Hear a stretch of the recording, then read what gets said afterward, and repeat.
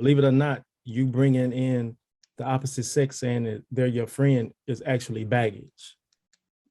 And a person, really has to, agree with that and understand that for them to even compromise with you bringing in an opposite sex friend. And for a lot of us, we understand that a lot of the opposite sex friends actually like you, and they kind of just waiting for the opportunity or wouldn't mind having an opportunity with you if an opportunity hadn't already presented itself. Because a lot of times opposite sex friends, they've already kissed each other, saw each other naked or actually had sex with each other, and you expecting your partner that you meet in the future or that you already have to be okay with that. And then a lot of times, as people, you don't really express the full truth. Even if you did have sex with your friend, you don't really express that to your partner. A lot of times, if y'all just had a kiss, you don't express that. And then a lot of times in certain situations, if you out with this particular friend and you've been drinking, they've been drinking, and let's say, for instance, they grope you, you probably won't look at it as in no way, because it's like, oh, they drunk. They've done this before. They've groped me before or got a little bit too close before. It's nothing. That's how they is. But your partner would look at that as, nah, they shouldn't be doing that. That's disrespectful. Yeah, it's disrespectful, Yeah. right? But since you've been knowing this person for so long, you don't look at it that way. So you might not go and tell your partner that happened. And now it's kind of like you keeping something from your partner that shouldn't be kept. Right.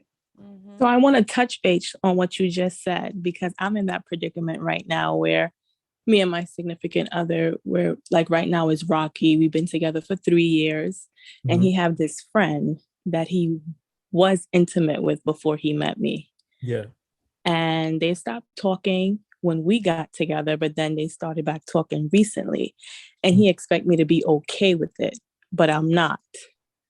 Yeah.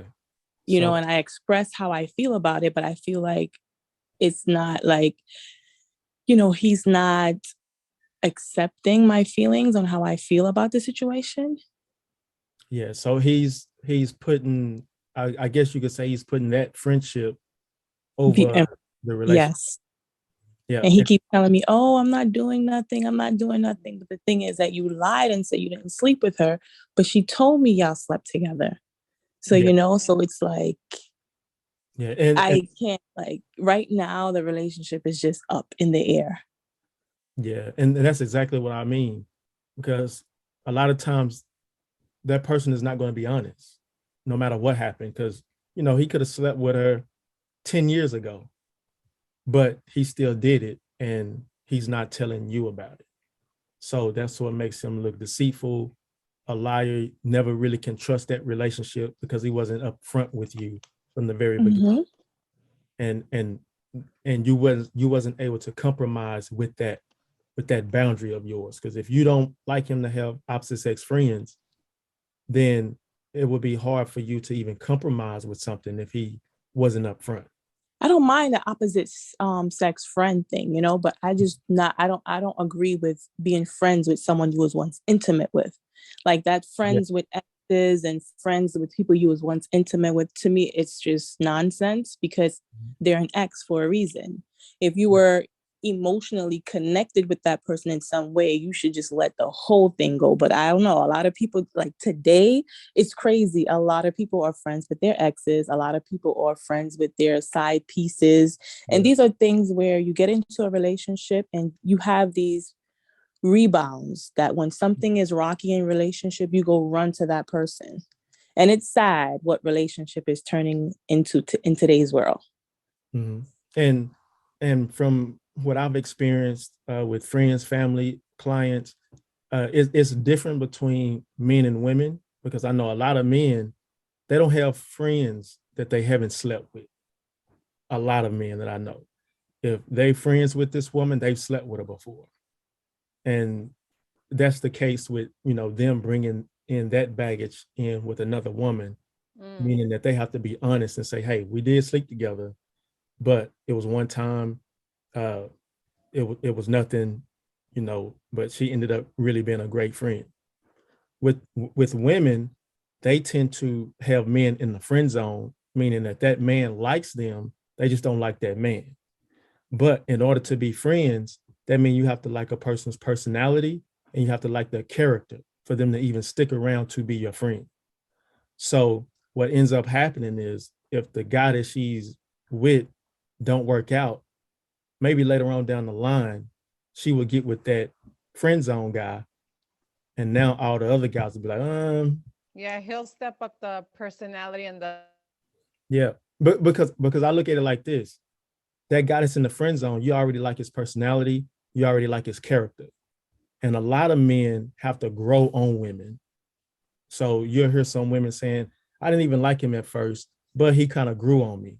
I didn't even give him the time of day at first, but he kind of grew on me. He was nice. I gave him a shot. And now this woman is so in love with this man. So it's like the guy that's in your friend zone, I don't trust him either because usually he wants the woman. The woman is just not giving him the time of day. That's what placing somebody in the friend zone actually means. Can I touch on the friend zone topic? Yes. So there was a guy that I was like friends with, and I did like his personality, but I was not interested in him. Mm-hmm. And I would tell him this, like I'm very open with my communication with anyone. So we kind of like went on friend dates or just did anything because we were like high school friends. Mm-hmm. But when I told him that I wasn't interested in him, he got mad at me and started getting aggressive. I'm like, see, this is probably why I don't need to be dating you, because if you're aggressive now, who knows how you will be. So I felt kind of like I was unsafe. So I just had to drop him, and he's really aggressive. So I just couldn't do it. Yeah, that's definitely a red flag from the beginning. It seems like what you said, his ego was hurt, and that's how he responds. That's how he responds when his ego is hurt. That means that his feelings was hurt, meaning that he emotionally responded negatively. So bottom line, he didn't have the emotional intelligence to deal with what you said. So that's one of the boundaries on what are your boundaries on opposite sex friends. Another one that I mentioned would be the code to your phone and your personal location. Now, a good rule of thumb that, me and my lady go by is we have the code to each other's phone because we're in a relationship, and the personal location we'll do when we get married. But we know we get married, so we kind of got it now. But that was within the last few days. But that's the best rule of thumb. How do y'all feel about that being a boundary? What do you mean by personal location? Like I have you sharing your location with me on your phone, so I know where you at. Like all the time? Yes. Oh. And that's a marriage benefit. Oh wow. Okay. So if you married, you have a husband, and for the guys, you have a wife, she should know where you at all times. Why wouldn't a man want to know where his wife is at all times? Mm-hmm. Because if something happens, he'll know where her last location was, and he can go to that area. No, I've done that before with someone I used to date, and I didn't get a response. I'm like, do they even care? Because I did it out of just in case, I wasn't in a bad neighborhood, but just something was telling me to let at least somebody know where I'm at, so they know I'm safe.